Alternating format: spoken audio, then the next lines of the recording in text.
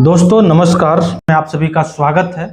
आज हमारा जो मेहमान है वो बहुत खास हैं, कांग्रेस के लीडर हैं। हम इनका परिचय इन्हीं से करवाते हैं, इसके बाद सिलसिलेवार ढंग से बातचीत करेंगे। एक बार सर आप अपना परिचय दे दीजिए।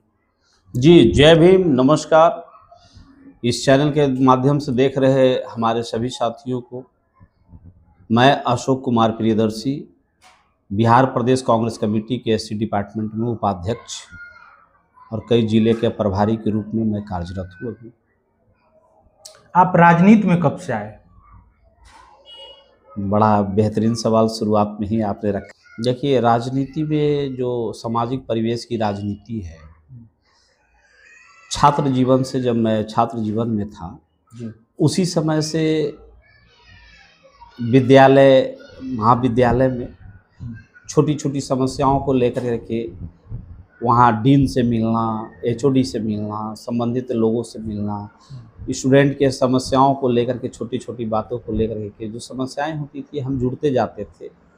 और उसी समय एक एनएसयूआई करके संगठन कांग्रेस की है जो छात्रों का विंग है। तो वो एनएसयूआई के कुछ लोग हमसे मिले, कहे कि आप तो ऐसे ही स्टूडेंट के लिए लड़ते रहते हैं, आप तो ऐसे ही स्टूडेंट के लिए करते हैं, तो आप एनएसयूआई से जुड़िए, आपको ताकत मिलेगी, पूरे देश भर में आपका सपोर्ट मिलेगा, तो और आप बेहतर करिएगा।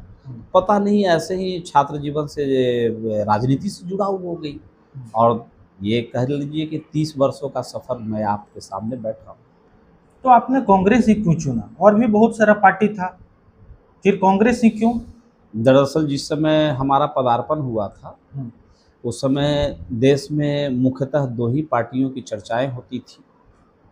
चूँकि अभी 2026 में मैं आपसे बात कर रहा हूँ और 90 की दशक की मैं बात कर रहा हूँ, तो 90 के दशक में बहुत सारे पार्टियां नहीं थी और कांग्रेस की अलग वैल्यू थी उस टाइम। और कांग्रेस का देश में एक अलग क्रेज था, वैल्यू था, लोग इम्प्रेस थे। और बचपन से हम सभी लोगों ने पढ़ा है, पूरे भारतवर्ष के तमाम लोग पढ़े हैं, देश की आज़ादी की बात हो, भारतीय आंदोलन की बात हो, देश के विकास की बात हो, 1947 या 80-85 की बात हो, तो वो सब कुछ हम लोग, चूँकि इतिहास के भी मतलब थे, तो हम इंग्लिश के विद्यार्थी, लेकिन इतिहास भी मेरा वैकल्पिक विषय था और यूपीएससी और बीपीएससी का मैं छात्र था, तो इतिहास से मेरा काफ़ी लगाव था। तो गहराई से जब हम पढ़ते थे तो बहुजन महापुरुषों के भी इतिहास को पढ़ा करते थे और देश की परिस्थितियों को भी पढ़ते थे। तो वर्तमान आधुनिक भारत के निर्माण में कांग्रेस की अहम भूमिका, यही मेरा खिंचाव का कारण था जो मैं कांग्रेस की तरफ गया। कांग्रेस लंबे समय से देश में सत्ता में रही, बीजेपी भी अभी वर्तमान में 3 टर्म से सत्ता में है। दोनों का कंपैरिजन में बढ़िया कौन किया है, कांग्रेस या बीजेपी? इसका कंपैरिजन आप स्वयं करेंगे, मैं अपनी बातों को बताऊं? इसका कंपैरिजन हमारे श्रोतागण करेंगे, हमारे देश के वासी करेंगे। कांग्रेस वाले तो कांग्रेस को कहते हैं, बीजेपी वाले बीजेपी को। मैं एक देशवासी होने के नाते कहता हूँ, अगर जब पार्टी की बात आए तो सबसे पहले मैं भारतवासी हूँ, भारत के मूल निवासी हूँ। मैं उस नाते कहूँगा, इसका मूल्यांकन हमारे वक्तव्य से हमारे ऑडियंस करेंगे कि जब देश आज़ाद हुआ था, छोटी सी बात है, मैं बहुत बड़ी व्यापक बात नहीं कहूँगा, संक्षिप्त में, कि जब देश आज़ाद हुआ था तो देश के आज़ादी के समय में अंग्रेज जब यहाँ से गए थे तो ज़मीन के नाम पर हमारे यहाँ रेह, चूँकि नील की खेती होती थी, तो जो ज़मीन की उर्वरकता है वो भी समाप्त हो जाती है, तो उस भूमि को मगही में रेह की मिट्टी कहते हैं, मतलब वो उपजाऊ नहीं, बंजर भूमि हो जाना, वैसी ज़मीन रह गई थी। इंडस्ट्री फैक्ट्री हमारे यहाँ था नहीं, एक जो सुई धागे की भी बात हो तो उसकी भी फैक्ट्री हमारे पास में नहीं थी।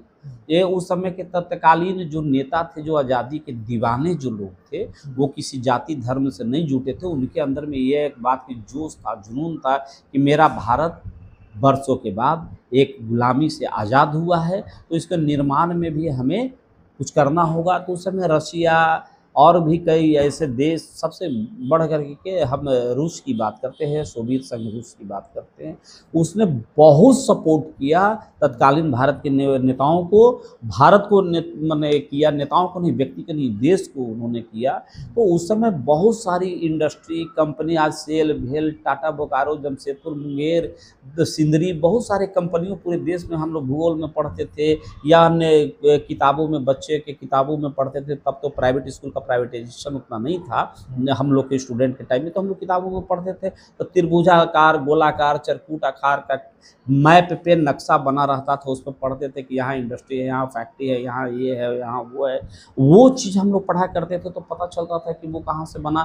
तो रशिया ने सहयोग किया है, देश हमारा बिल्कुल नंगे हालत में था, कुछ खाने पीने का था नहीं। तो उस समय में जितना भी इंडस्ट्री, फैक्ट्री, कंपनी, जो भी चीज़ लगा देश आज़ादी के बाद अगर लगा तो पार्टी के नाम पर कह ले या जो कह ले, तो 1947 के बाद से जो भी ईजाद हुआ वो कांग्रेस के देख रेख में हुआ। चाहे वो एटॉमिक बार्क की बात हो, इसरो की बात हो, तमाम बड़े बड़े कंपनी सिस्टम जो रिसर्च सेंटर जो डेवलप किया भारत में, वो संजोग था। आज़ादी जब भारत को मिली कांग्रेस के रीजन में, तो कांग्रेस के रीजन में भी निर्माण हुआ, तो खाता तो उसी का है। अब है कि लोग कहते हैं कि 70 साल में देश में क्या किया। दुर्भाग्य है, लोगों को अध्ययन करना चाहिए। किसी भी चीज़ को आप क्रिटिसाइज करते हैं तो पहले उसको अध्ययन कीजिए, अध्ययन करिए, उसके बाद में क्रिटिसाइज कीजिए।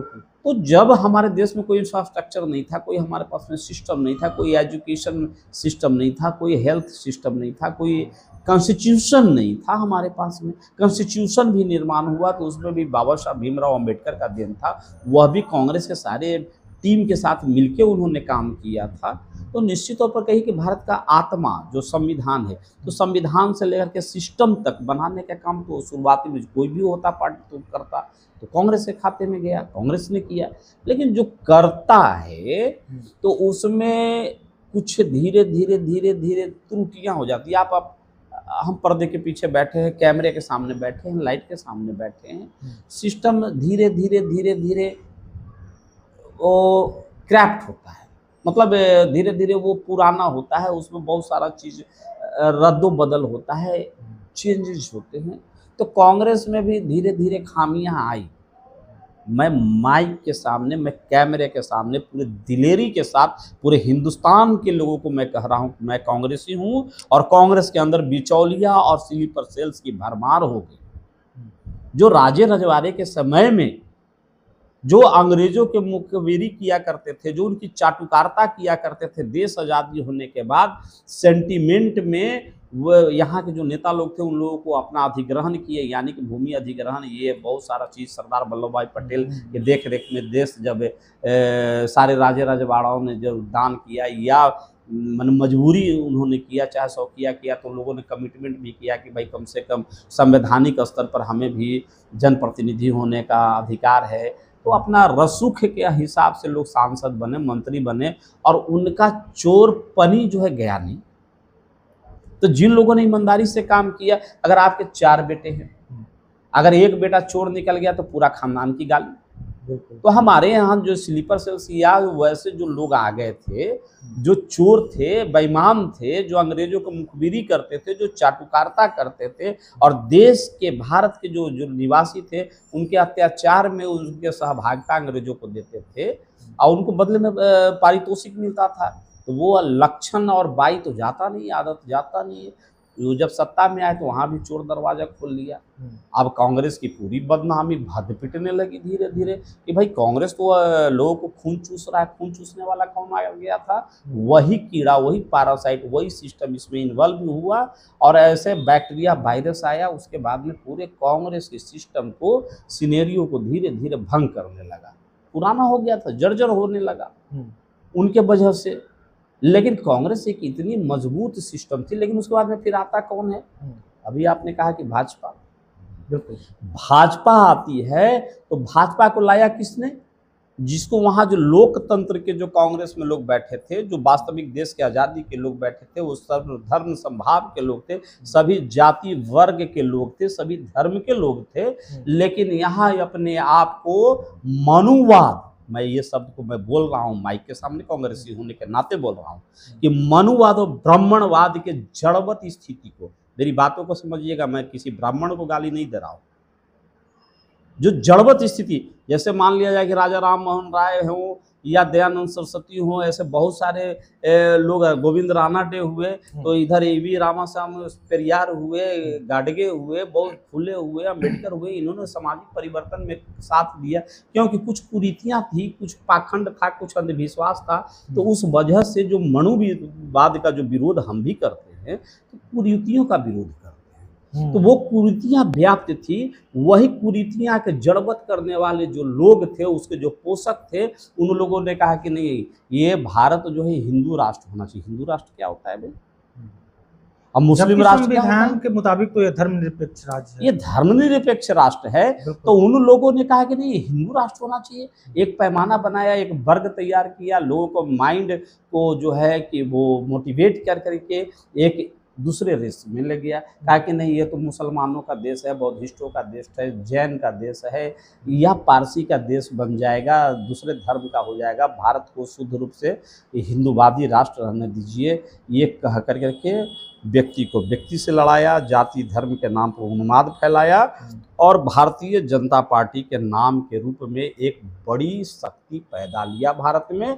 और वही लोग कांग्रेस से कन्वर्ट करके बीजेपी में गए, जो ओरिजिनल कांग्रेस का विरोधी, देश का विरोधी, अंग्रेजों का मुखबिरी करने वाले लोग थे, वही भाजपा में जाते हैं। तो आम पब्लिक को लोगों ने क्या कहा कि अरे ये तो दोनों एक ही सिक्के के पहलू है, चोर चोर मौसेरा भाई है। उन लोगों को क्या पता है कि वही चोर इस घर में थे जो दूसरे घर में चले गए, उनका अपना घर बन गया, अपनी महल बन गई, भाजपा के शासन आ गई। अब भाजपा के शासन आती है तो क्या करते हैं, पसीना आपका, पैसा है आपके जेब का, मेहनत है आपके कंधे का, और वो पटरी बिछा, सब कुछ बिछा, रेलवे लाइन बिछा, एयरवेज बना, और उस पर चलने लगी वंदे भारत, माल्या का किंग फिशर।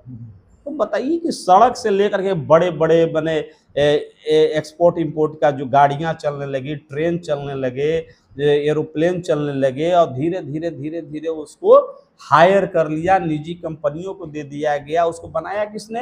भारत के खून पसीना से एकत्रित पैसा, जनता, भारत का जनता ही सरकार है। बिल्कुल, चूंकि यहाँ तो बाबा साहब का कॉन्स्टिट्यूशन इस तरीके का है, एक वोट का अधिकार सबको बराबर है। तो वोट के अधिकार पर जो जनता चुन करके आई, तो जनता की सरकार है। बिल्कुल।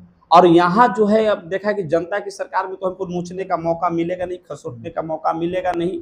तो उन लोगों ने क्या किया कि जब भाजपा की सरकार आई तो निजीकरण के नाम पर एयरपोर्ट बेच दो, रेलवे बेच दो, सारी कंपनियां बेच दो, जो भू संपदा पर रहने वाले हमारे भारत के मूल निवासी है, उन जंगलों को 1 रुपया में बेच दो।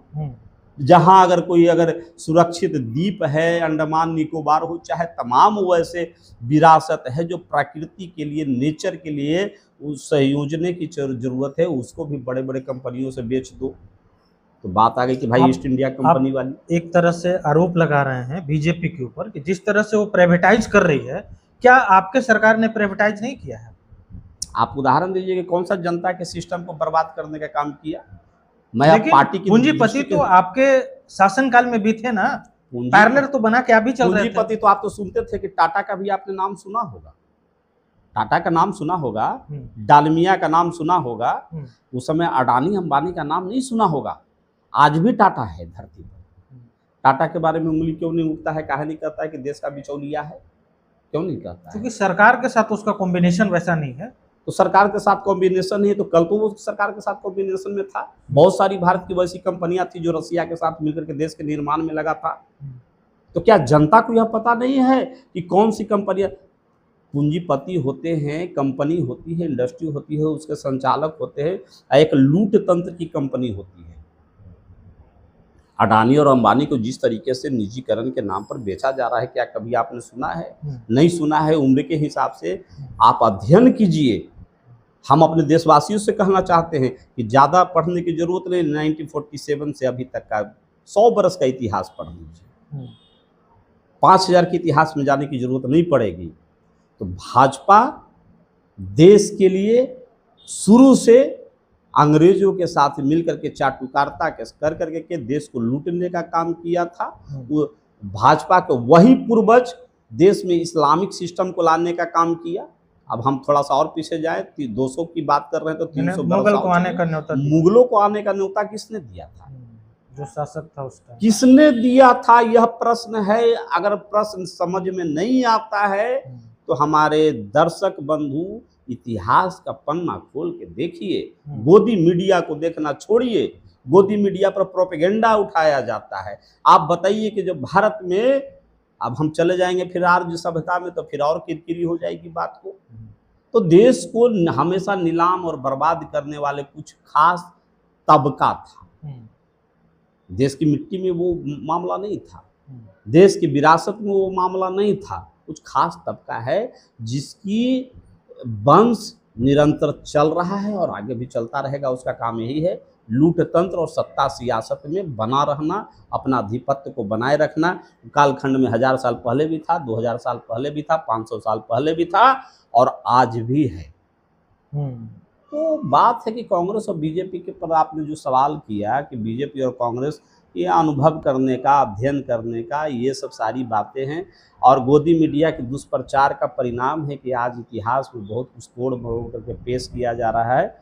मूलतः भारत के मूल निवासी, भारत के आदिवासी, भारत के ओरिजिनल जो शुभचिंतक हैं, वो कभी भी देश के अहित नहीं चाहते हैं।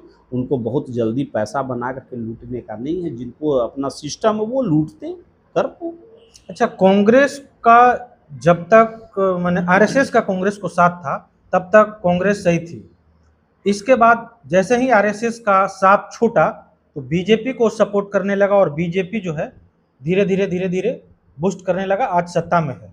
क्या लगता है हम मीडिया फिर कभी भविष्य में आपको आरएसएस सपोर्ट कर पाएगा? हम मीडिया बंधु से जानना चाहते हैं या हम अपने दर्शकों से जानना चाहते हैं कि राष्ट्रीय स्वयंसेवक संघ का निर्माण कब हुआ। राष्ट्रीय स्वयंसेवक संघ के निर्माता कौन थे? आजादी के पहले तक हेड गवार थे या जो भी लोग थे वो क्या वो कांग्रेसी थे? क्या कांग्रेस के साथ थे? आरएसएस के जो जन्मदाता थे वो क्या भारत के कांग्रेस के साथ थे?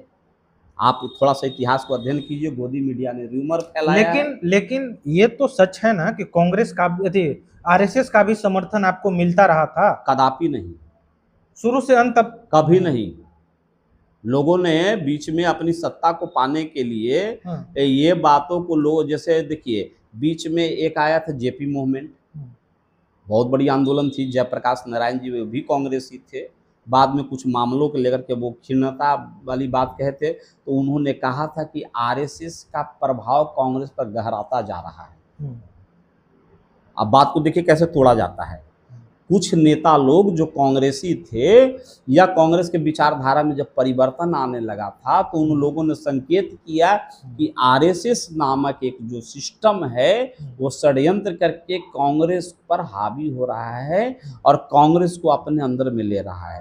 तो निश्चित तौर पर जितने राजे रजवाड़े थे जो उसका पोषक थे उनका प्रभाव पड़ने लगा था। तो आप ऐसे कहिए कि उनका प्रभाव पड़ने लगा था, तो प्रभाव पड़ने लगा इसका मतलब ये नहीं कि आरएसएस से कांग्रेस का कोई रिलेशन रहा है। हम गलत आदमी हैं, हम क्रिमिनल हैं, हम मर्डरर हैं, हम चोर हैं। यदि हम आपके सिस्टम में आकर के बैठ गए तो पूरा सिस्टम आपका चोरों का अड्डा हो गया, ऐसा नहीं है। तो उस टाइम उनका कोई पॉलिटिकल पार्टी भी तो नहीं थी ना, आपको सपोर्ट तो मिलता ही होगा उस टाइम। कुछ सपोर्ट नहीं, सपोर्ट चोर उचक्कों को था कि जबरदस्ती उसको ढकेल के कांग्रेस में डालो। जैसे अभी बिहार की परिवेश में मैं बहुत तीखा बात कहने जा रहा हूँ। बिहार प्रदेश में कांग्रेस को कमजोर करने के लिए स्थिति को मैंने कुछ अन्य पार्टियों ने, मैं नाम नहीं लूँगा चूँकि कुछ हमारे विरोध में, कुछ हमारे समर्थन में है, उनको तकलीफ लगेगी, लेकिन हृदय से वो मेरी बातों को समझ भी लेंगे।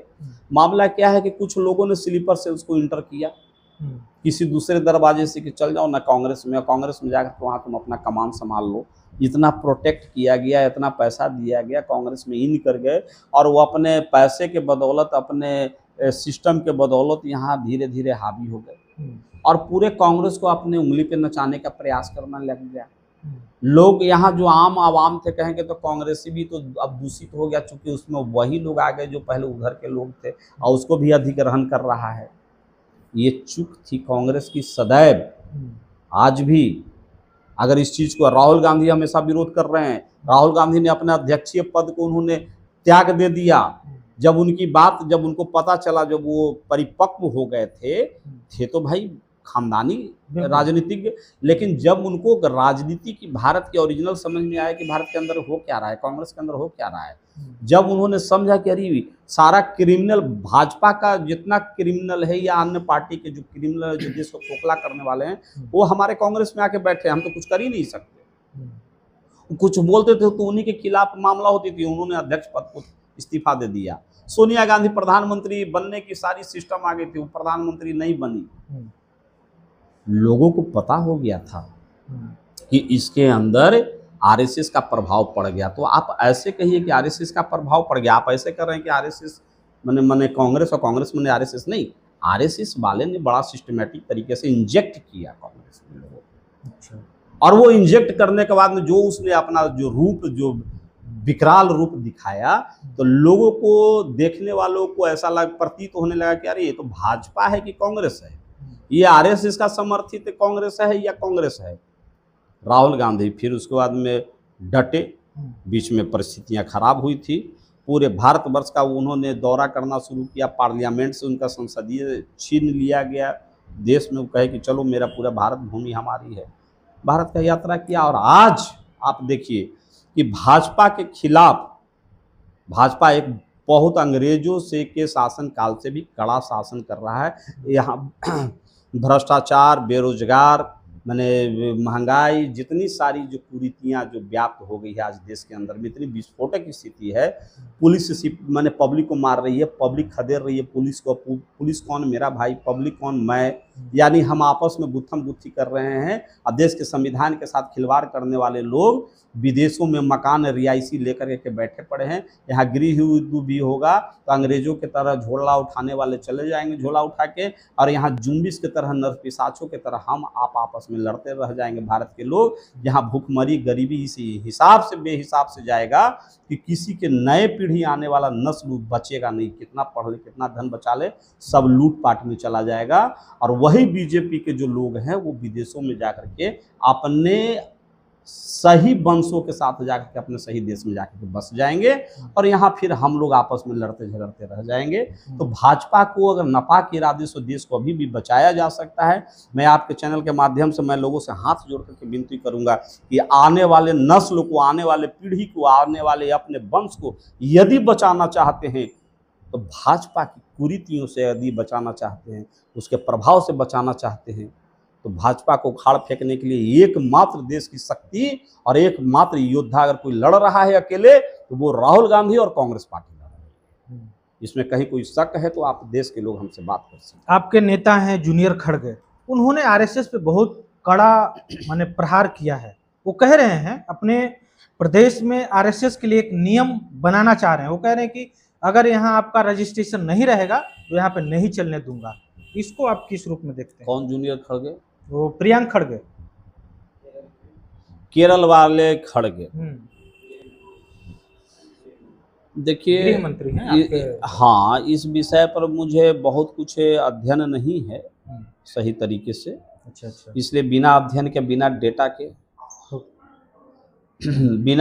बिना अध्ययन के हम कांग्रेसी लोग कुछ नहीं बोलते हैं। उनका कहना है कि आरएसएस का रजिस्ट्रेशन क्यों नहीं है, अगर नहीं है तो करवाना चाहिए। तमाम छोटे बड़े सबका रजिस्ट्रेशन होता है, लेकिन आरएसएस कहता है कि देश का सबसे बड़ा संगठन है, सेवा का भाव रखता है, तो फिर इस संगठन का रजिस्ट्रेशन क्यों नहीं? ये तो उनका वाजिब सवाल है। सवाल तो बिल्कुल वाजिब है। अगर आरएसएस अगर बहुत ही अगर गुणकारी और सेवा करने वाली अगर संगठन है तो उसका रजिस्ट्रेशन होना चाहिए था ना भारतीय संविधान के अनुसार।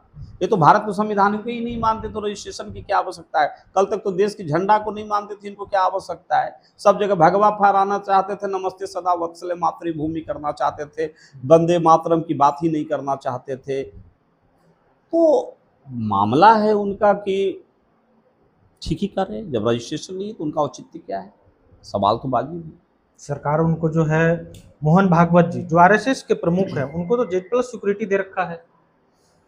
तो भाई आपकी अब सरकार बन गई है, ईस्ट इंडिया कंपनी की सरकार हो गई है, देश में अब आप ही का सब शासन है, तो आप अपने आका को, अपने लोगों को आप तो Z+ दें, आप कुछ भी करें, पूरे देश की संविधान को बदल दें, आपके पास ताकत है।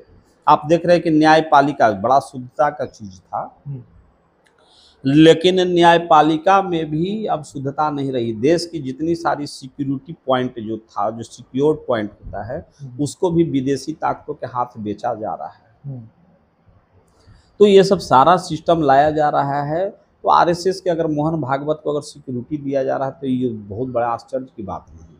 मोदी जी का 3 टर्म तक ये कार्यकाल, ये तीसरा है, उनका कार्यकाल को आप कैसे देखते हैं? मान लिया जाए अगर मैं नंबर गिनाऊं कि 10 में से कितना नंबर देना चाहेंगे, तो आपका क्या होगा रिएक्शन? रिएक्शन कुछ नहीं है। इनके जितने सारे मैनिफेस्टो, इलेक्शन से पहले मैनिफेस्टो बनता है, प्रत्येक चुनाव के पहले पार्टी का मैनिफेस्टो होता है। ये मैनिफेस्टो उलट करके पब्लिक देख ले, हम गिनती गिनाएंगे तो मेरा कंठ सूख जाएगा, समय छोटा पड़ जाएगा, आपके कैमरे का MB GB कम पड़ जाएगा, इनके बातों को गिनाने लग जाएंगे। उससे बेहतर है कि इनके प्रत्येक चुनाव के पहले का मैनिफेस्टो को देख लिया जाए। जितने भी काला धन हो, जितना झूठी वादे हो, जितना भ्रष्टाचार की बात हो, जितना बेरोजगारों को रोजगार देने की बात हो, शिक्षा में सुधार की बात हो, जितना भी सिस्टम में इन्होंने बदलाव की बात करी, कुछ नहीं पूरा किया। आज देख सकते हैं। हमको कहने की कोई जरूरत है? क्यों देश में कोलाहल मचा हुआ? तो फिर आखिर बार बार सत्ता में वही क्यों आ जा रहा है? स्वाभाविक बात है।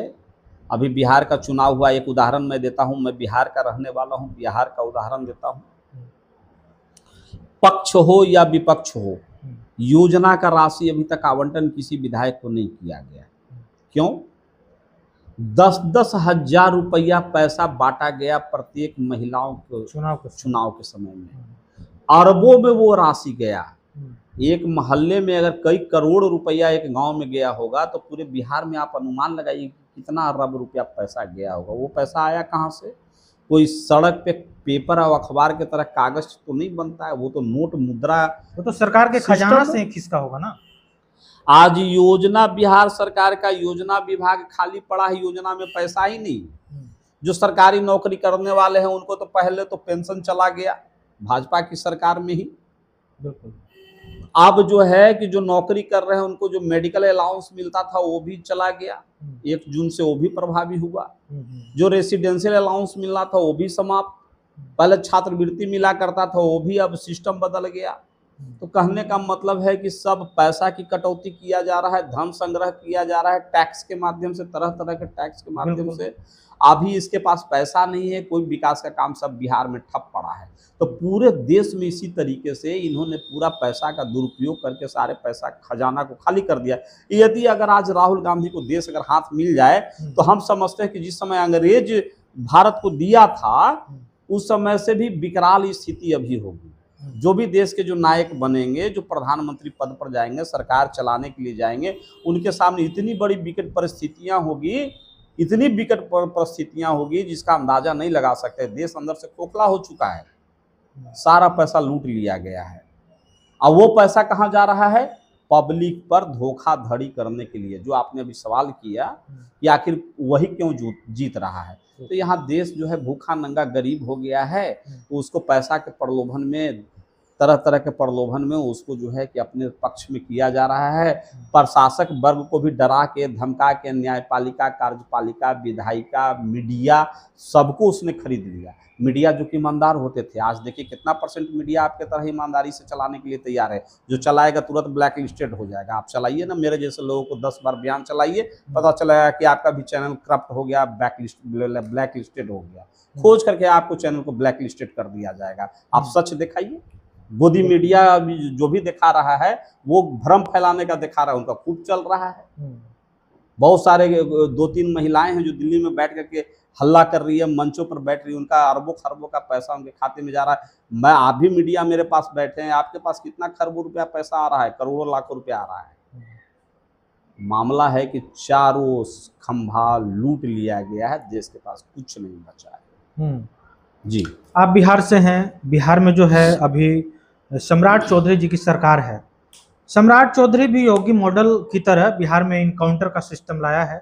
और हाल फिलहाल में जो है आरा में एक युवक भरत तिवारी को जो है प्रशासन इनकाउंटर कर देती है। उसको आप कैसे देखते हैं? और जिस प्रकार से वहाँ पे महापंचायत लगी थी, खास करके उसी समाज के लोगों के द्वारा, और भरत तिवारी को भगत सिंह से तुलना किया जा रहा है, इसको आप कैसे देखते हैं?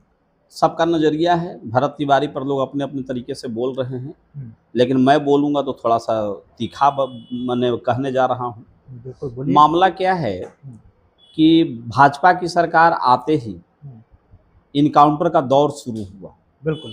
और इनकाउंटर का दौर शुरू हुआ तो सबसे पहले मारा कौन गया? भरत तिवारी। नहीं, भरत तिवारी नहीं मारा गया। तो कितने बैकवर्ड शेड्यूल कास्ट की हत्या कर दी गई। अब जब सबकी हत्या होने लगी तो ये सम्राट चौधरी क्या बने थे कि बैकवर्ड क्लास के कुर्मी जाति से हैं, इनको बैकवर्ड का नेता मान लिया जाए। और जब हत्याएं जब बैकवर्ड दलितों की होने लग गई इनकाउंटर, तो इनको लगा कि अब क्या करना है, तो डाइवर्ट, बीजेपी डाइवर्ट करने में किसी भी मुद्दा को तो बहुत तेज है। तो उसने क्या किया कि भरत तिवारी जो कि सचमुच में लड़का जैसा भी हो, हम उनके जीवन काल के बारे में जो सुनाया बात मैंने सुना है, लेकिन अगर सचमुच में वहाँ के गरीब गुरबा या जितने भी तरह के जो लोग थे, उन लोगों ने कहा कि उस तरीके से बुरा नहीं थे जिस तरीके से प्रचारित किया गया। हाँ, ये है कि थोड़ा सा मैंने स्वाभाविक है, हम भी सन की हो सकते हैं। जब हमें अपने हक अधिकार से वंचित किया जाएगा तो हम भी थोड़ा सा हो सकते हैं रास्ता मिलेगा। अगर कोई आज हथियार उठा रहा है, कल के डेट में हर व्यक्ति हथियार उठाएगा, तो उसका दोषी हथियार उठाने वाला है कि हथियार उठाने पर मजबूर करने वाला है। भरत तिवारी के मैं पक्ष में नहीं बोल रहा हूँ, लेकिन भरत तिवारी का इनकाउंटर बाकी इनकाउंटर को भुला देने के लिए किया गया, लेकिन संजोग से भरत तिवारी का इनकाउंटर होने के बाद वो सोचे थे कि हम एक फॉरवर्ड की हत्या कराएंगे तो बाकी बैकवर्ड दल की जो इनकाउंटर करवाए हैं छुप जाएगा, उसकी कोई आवाज़ नहीं उठाएगा।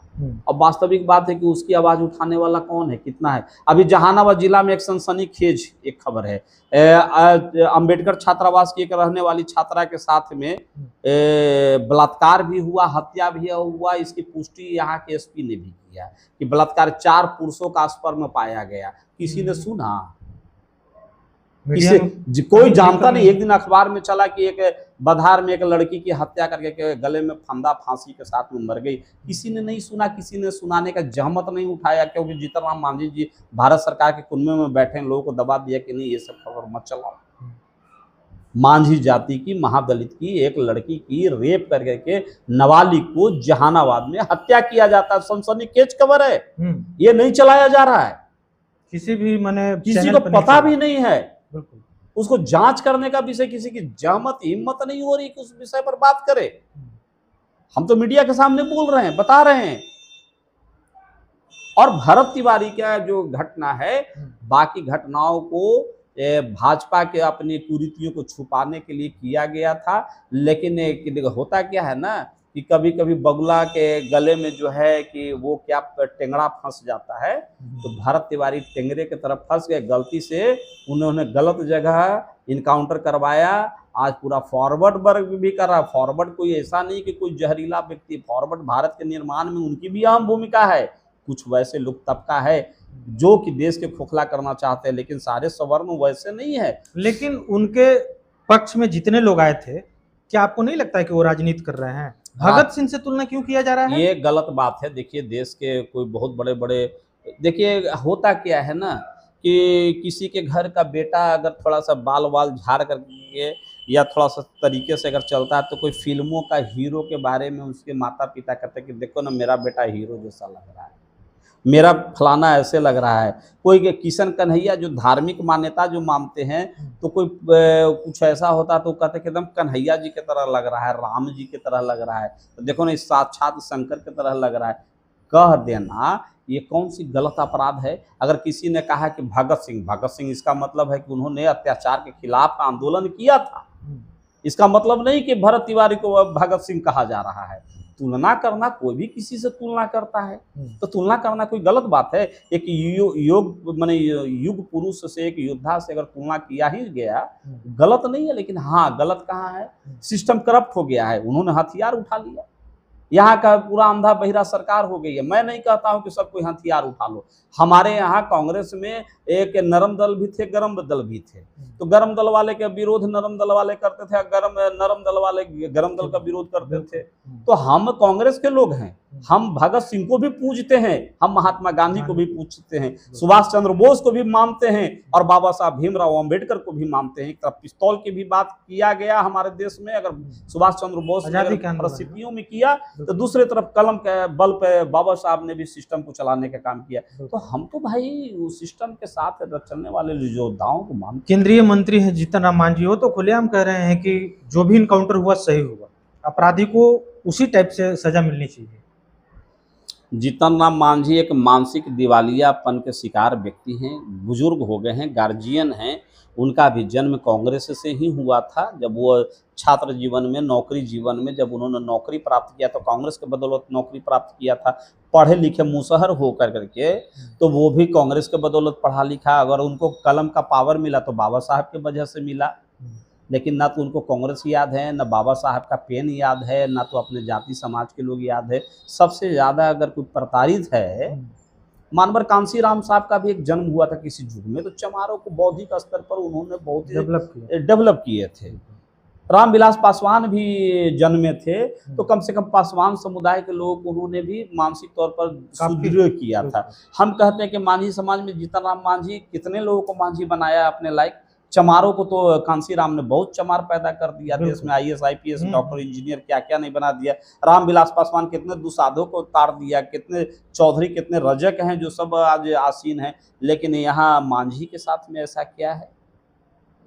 जीतन राम मांझी कि अगर मैंने सीट की बात हो, राजनीतिक पद की बात हो, तो केवल उनके परिवार को चाहिए। और यह भी चाटुकार हैं, जीतन राम मांझी भी रंगा सियार हैं, मैंने शेर के मैंने खाल ओढ़ करके भेड़िया हैं जो लोगों को, अपने ही समाज को दमन कर रहे हैं, चूस रहे हैं। अभी तो मैंने बताया कि एक मांझी की लड़की के बलात्कार हुआ, इनकी आवाज़ कहाँ है? इनके समाज में कितने हैं जो मतलब डॉक्टर इंजीनियर प्रोफेसर वकील बने हैं? ऐसा इन्होंने कौन सा माहौल बनाया है? इनको है कि संतोष कुमार सुमन जी कहाँ रहेंगे, इनके देवेंद्र मांझी जी कहाँ रहेंगे, इनकी समधन जी कहाँ रहेंगे, इनका परिवार कहाँ रहेगा? समाज भाड़ में जाए, बाबा साहब का मिशन भाड़ में जाए, बहुजन महापुरुषों की राजनीति भाड़ में जाए। जीतन राम मांझी से करप्ट पूरे भारत में कोई बहुजन का नेता पैदा नहीं। जगदेव बाबू के सुपुत्र हैं नागमणि कुशवाहा, उन्होंने भी जो है समर्थन दिया है, कहा है कि ये इनकाउंटर बिल्कुल सही है। अगर जगदेव प्रसाद का खून का थोड़ा सा अंश उनके अंदर, नागमणि जी के अंदर अगर जिंदा होता, तो आज पूरा, कम से कम छोड़ दीजिए, भारत अगर जातीय जमात के आधार पर राजनीति करती है तो पूरा कोयरी जाति के वो नेता होते। उनको देवता के रूप में मानता, चूंकि देवता का पुत्र लोग भारत में मानता है, वो विचारधारा मान के चलता है, तो वो अपने वो युग पुरुष के पुत्र को अपने माथे पर बैठा के लौकुश की तरह चल रहे होते।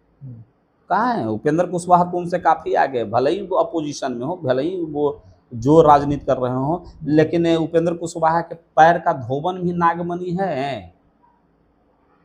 जबकि उपेंद्र कुशवाहा के पिताजी क्या थे? जगदेव प्रसाद थे? नहीं थे। जगदेव प्रसाद थे, जगदेव प्रसाद थे, तो उनके पुत्र को तो और उनसे आगे बढ़ना चाहिए था। बिल्कुल। कहाँ गए नागमणि? क्या बात करेंगे? गला में सोना का चैन पहन करके अपने ही समाज को भी लूटने वाले लोग।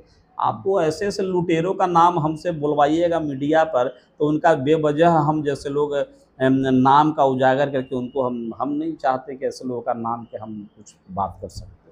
5 जुलाई को जो है बहुजन महापंचायत का आगाज किया गया है आरा के धरती जगदीशपुर में। कहा जा रहा है कि ये भरत तिवारी के अगेंस्ट में ये महापंचायत बुलाई जा रही है, आप इसको कैसे देखते हैं? देखिए, बीजेपी बहुत ही सुनियोजित तरीके से कोई भी काम को करना जानती है और अंजाम देना जानती है। इतना बड़ा प्रकरण हो गया, अब इसको दबाने के लिए इनके पास में एक बड़ा सा सिस्टम होना चाहिए। तो बड़ा सा महापंचायत लगा रहे हैं, और महापंचायत के अगुआ कौन बनाए गए हैं? तो वो बहुजन समाज के लोग अगुआ बनेंगे, वो बैकवर्ड कम्युनिटी के लोग अगुआ बनेंगे, और वही लोग महापंचायत लगाएंगे। ये भाजपा की सुनियोजित नीति है, महापंचायत लगा करके बात को डाइवर्ट करना, इधर से उधर करना। ये कोई मायने नहीं, पता नहीं कौन उसको करने वाला कोई है नहीं, लेकिन वो हो सकता है वहाँ से भी कोई नेता पैदा ले लेगा। लेकिन कहा जा रहा है कि ये सम्राट चौधरी जी की कुर्सी को बचाने के लिए उनके समर्थन में ये महापंचायत बुलाई जा रही है। हमने तो कह दिया, स्पष्ट कह दिया कि ये तो भाजपा की सुनियोजित चाल है, और उसी के लिए ये सब कारनामा किया जा रहा है। कुछ ना कुछ करेंगे, सोचेंगे कि ऐसा ही करेंगे, अभी बातें ढक जाएगी। तो क्या बिहार की कुर्सी पे जो बैठे हैं सम्राट चौधरी जी, ये खतरे की घंटी है क्या? सम्राट चौधरी अब कितना दिन बीजेपी में यहाँ का प्रधान रहेंगे, ये आने वाला तत्कालीन तुरंत समय में पता चल जाएगा। ये एक्सपेरिमेंट है जो आला दर्जे का कहते हैं कि जो बेवकूफ़ होता है तो हम लोग के स्कूल के ज़माने में मॉनिटर बना दिया जाता था। सम्राट चौधरी का कैरेक्टर पूरे देश के लोग नहीं, देश के तो लोग जानबे नहीं करता है कि सम्राट चौधरी किस कीड़े मकोड़े का नाम है। लेकिन बिहार में जो लोग जानते हैं तो सम्राट चौधरी किस स्तर के व्यक्ति हैं, उनको मुख्यमंत्री बनाया गया और इनको तुरंत जो है वो नीतीश कुमार के देन है कि इनको बना दिया गया है, जिद में बनाया गया है। और बीजेपी की किरकिरी हो रही है, बीजेपी वाले खुद गाली दे रहे हैं कि सम्राट चौधरी का हटाओ, अंदर से उनके पूरे कुनबे में उनका विरोध है। सम्राट चौधरी का भी हटना लगभग तय है, कोई बहुत बड़ी बात नहीं है। चलिए, तो इस पूरे वीडियो पे आपकी क्या प्रतिक्रिया है कमेंट करके जरूर बताइए। बाकी मिलते हैं किसी दूसरे खबरों के साथ, तब तक के लिए धन्यवाद। जय भीम।